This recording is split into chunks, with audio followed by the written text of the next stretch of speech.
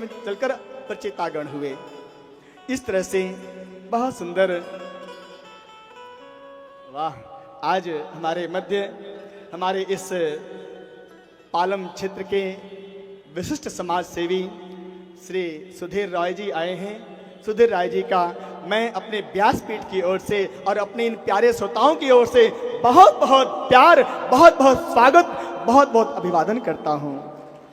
बहुत सुंदर भाव है इस बेटे का। ताली थोड़ा जोर से बजाना पड़ेगा जी। आपके घर में, आपके गली मोहल्ले में जो प्रचार मीडिया व्यवस्था बनाया है, हमारे सुधीर जी ने विशेष उसमें अपना तन मन और धन समर्पित किया है। एक बार सुधीर जी के लिए फिर से भाव से जरा हाथ ऊपर करिए जी, फिर ताली बजाइए। हाँ, ये झंडा ऊंचा रहे हमारा, विजयी विश्व तिरंगा प्यारा है, मेरे गोविंद के प्रचार का झंडा हमेशा ऊपर रहे, ऐसा भाव लेकर हमारे सुधीर जी ने कदम से कदम मिलाकर पूरे पालम क्षेत्र में सैकड़ों की संख्या में, हजारों की संख्या में पोस्टर, बैनर, होल्डिंग लगवा दिया था प्यारे। एक बार मैं सुधीर जी के लिए पुनः पुनः हृदय से बहुत बहुत प्यार और आशीर्वाद। ऐसे ही आप धर्म के मार्ग पर आगे बढ़ते रहें और धर्म के कार्य को करने के लिए हम जैसे संतों को आगे प्रेरणा देते रहें। जय श्री राधे। आप सबकी ओर से आप सब लोग आशीर्वाद दीजिए जी इस पटके में। हाँ, आशीर्वाद देखो जी, सुधीर जी सब आशीर्वाद दे रहे हैं। आज आपका तिलक भी बहुत अच्छा लग रहा है। अरे वाह, तो श्री वैष्णव है बेटा।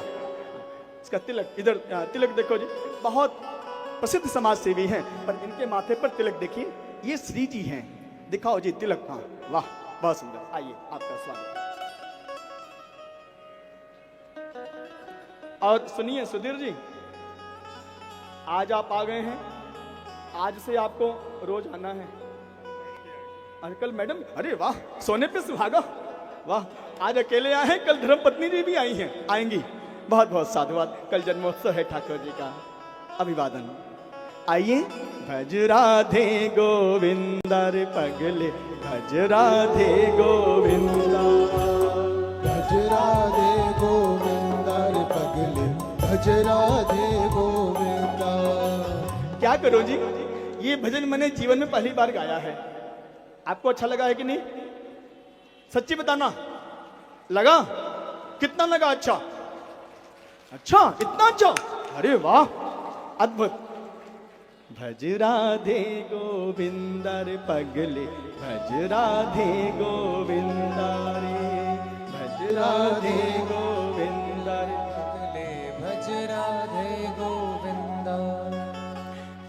राधे गोविंदर पगले, भज राधे गोविंदा रे, भज राधे गोविंदर पगले, भज राधे क्योंकि गोविंदा।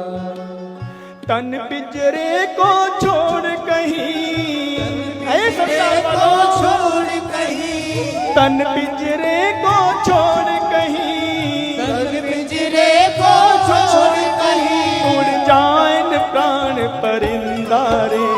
भज राधे गोविंदर पगले, भज राधे गोविंदा रे, भज राधे गोविंदर पगले, भज राधे गोविंदा। अद्भुत भाव है इस भजन में।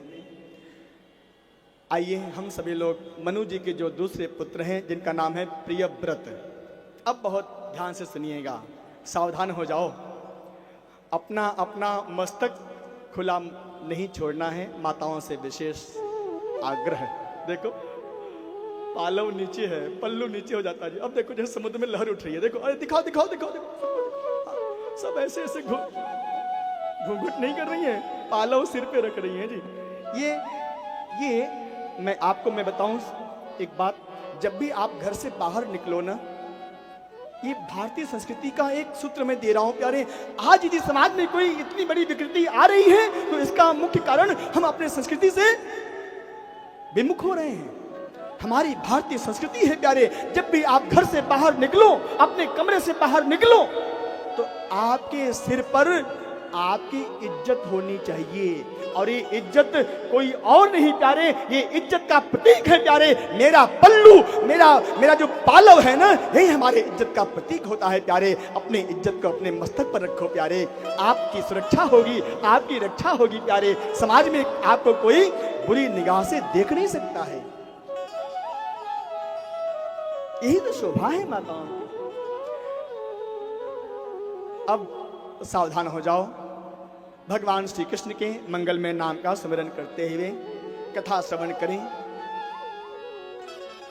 ऐसा श्री सुखदेव भगवान राजा परीक्षित जी को सावधान करते हुए उपदेश दे रहे हैं।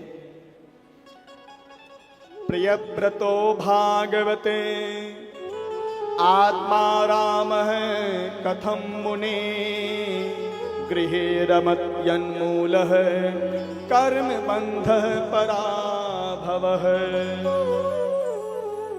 अब राजा परीक्षित दोनों हाथ जोड़ लिए। गुरुदेव एक बात बताओ, मैंने सुना है कि जो स्वयंभू मनु जी के श्रेष्ठ पुत्र हैं जिनका नाम है प्रियव्रत, ये जन्म से ही आत्मा राम में मगन रहते थे, तो ये गृहस्थ आश्रम में कैसे आ गए? मुझे संदेह है, जो जन्म से गुरुकुल में है, संत बन गया है, बाद में वो विवाह कैसे कर लिया? मुझे बताइए गुरुदेव। अब श्री सुखदेव भगवान बड़े प्रेम और भाव से प्रियव्रत जी का चरित्र बता रहे हैं। मनु जी के पुत्र प्रियव्रत जी का विवाह प्रजापति विश्वकर्मा की बेटी बर्हिष्मति के साथ संपन्न हुआ। अर्थात प्रियव्रत जी की पत्नी का नाम है बर्हिष्मति और इनके 10 पुत्र हुए और एक कन्या उत्पन्न हुई। 10 पुत्रों में से 3 पुत्र साधु बन गए। क्यों? क्योंकि राजा प्रियव्रत जी बचपन से ही संत थे। इसलिए देखो इनके गृहस्थ आश्रम का परिणाम क्या हुआ, 10 संतान में से 3 संतान संत बन गए, साधु बन गए। और जो बचे हुए 7 पुत्र हैं, श्री प्रियव्रत जी ने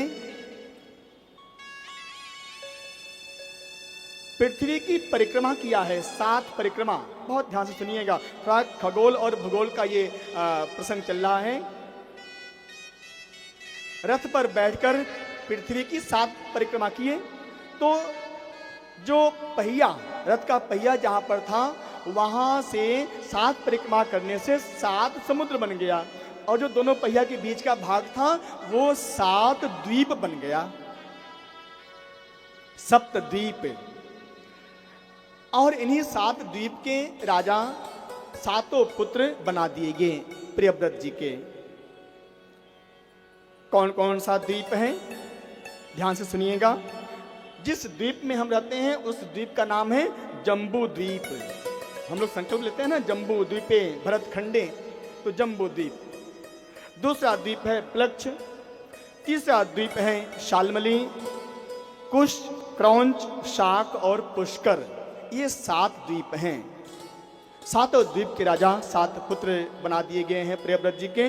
और 7 समुद्र, एक समुद्र हम सभी लोग जानते हैं, खारे जल वाला समुद्र। अन्य 6 समुद्र कौन कौन से हैं? ईख के रस वाला समुद्र, मदिरा, घी, दूध, मट्ठा और मीठे जल वाला समुद्र। ये 7 समुद्र हुए। जो सबसे श्रेष्ठ पुत्र हैं प्रियव्रत जी के, उनका नाम है आग्नेध्र। आग्नेध्र जी का विवाह पूर्वचित्ती नामक अप्सरा के साथ संपन्न हुआ और इनके नाभि आदि 9 पुत्र हुए। और अब नाभि का विवाह मेरु देवी के साथ संपन्न हुआ और इनके पुत्र श्री ऋषभदेव भगवान हुए। आजकल ऐसा कई जगह सुना जाता है कि जैन समाज हिंदू समाज से अपने आप को अलग समझता है, अलग मानता है। बिल्कुल नहीं, ये जैन समाज भी हमारे हिंदू समाज का ही एक मुख्य अंग है प्यारे। क्योंकि जैन समाज के जो प्रवर्तक हुए हैं उनका नाम क्या है? ऋषभदेव भगवान।